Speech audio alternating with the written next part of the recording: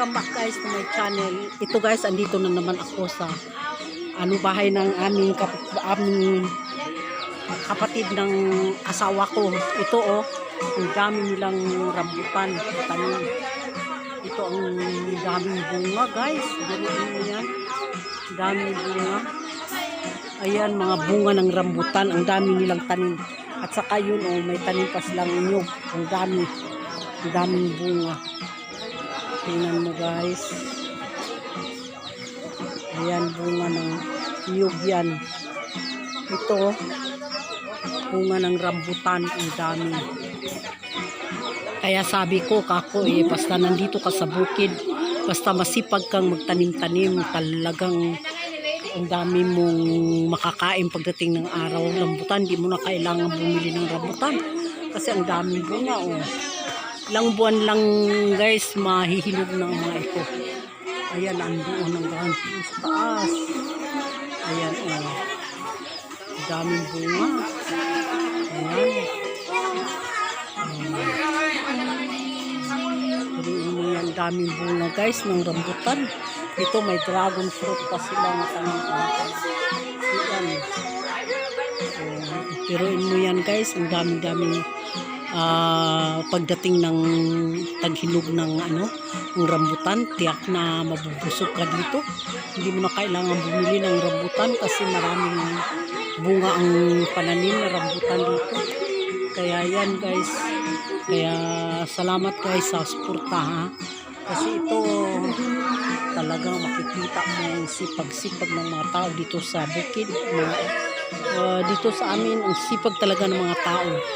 Talagang marunong silang kung ano-ano na lang ang kanilang iniisip na itanim.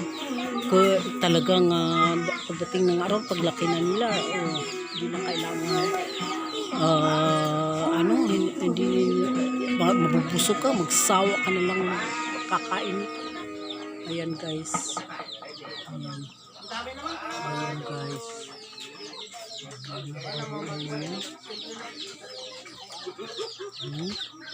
Ayan, dami nilang pananim, rambutan, may avocado pa.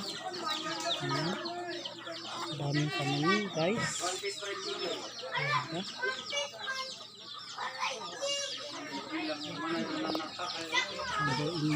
Kaya guys, salamat sa suporta sa aking vlog. Maraming salamat.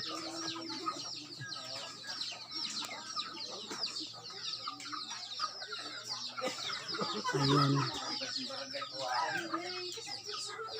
Ito guys, handa mag-umpisa na rin mamulaklak ang dragon fruit. Kaya yan, bulaklak ng dragon fruit. Ayan, daming tanim na dragon fruit. Ayan, talagang pinasadya nilang ganon. Sinadya nilang ganon kasi ang puno ng dragon fruit. Ayun, may bunga, may na doon. Bunga na. Ito guys, tingnan mo. Bunga na yan. Ayan. Yan, rambutan yan, bunga na.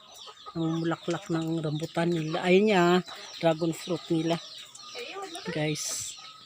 Ayan. Tuin mo yan.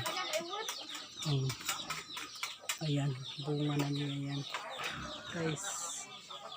Bunga na ng dragon fruit. Ayan, may na yan, namumulaklak na guys.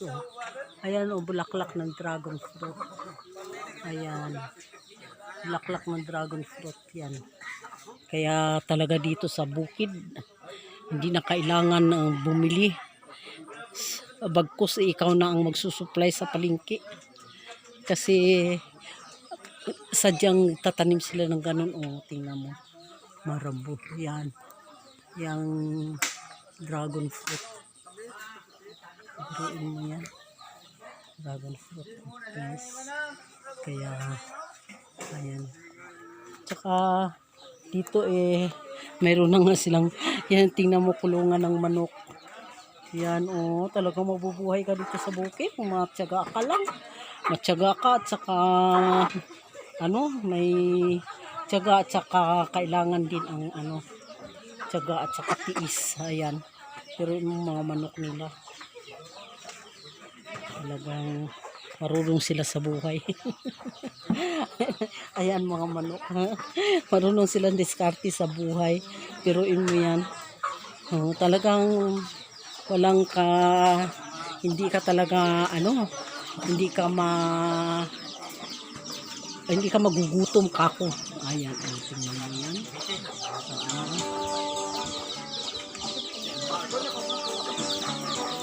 Ayan, dami pang ang dami pang sisiw. Ayan, nakakulong mga sisiw. Kasi marami ditong mayroon bang dito sa bukid, mayroong mga bayawak. Kinakain nila yung mga sisiw.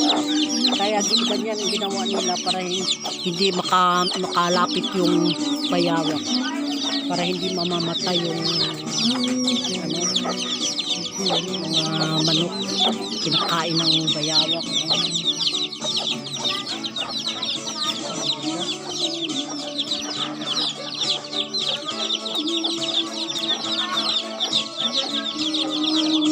Kaya dito talagang believe ka guys.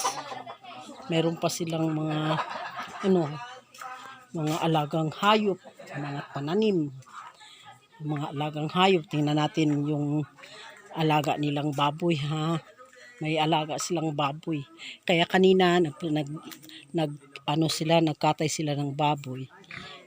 Ito Yan. Yan baboy. Saan yun? Saan ba yun? Ayan baboy guys. Ayan. Marami. Ruin mo yan. Sisipag ng mga tao dito. Talaga. Kaya marunong sila sa buhay.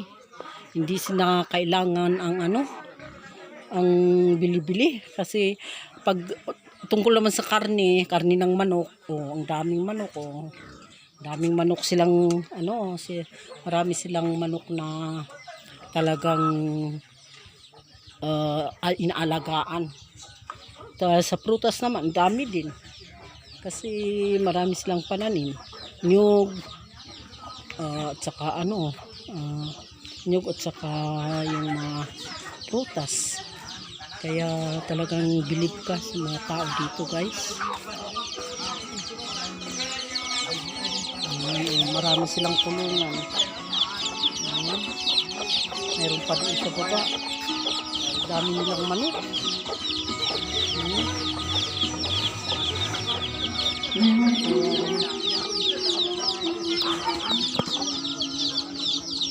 Kaya guys, salamat sa suporta. Sana hindi kayo magsawang manood sa aking mga vlog. Salamat, maraming salamat guys.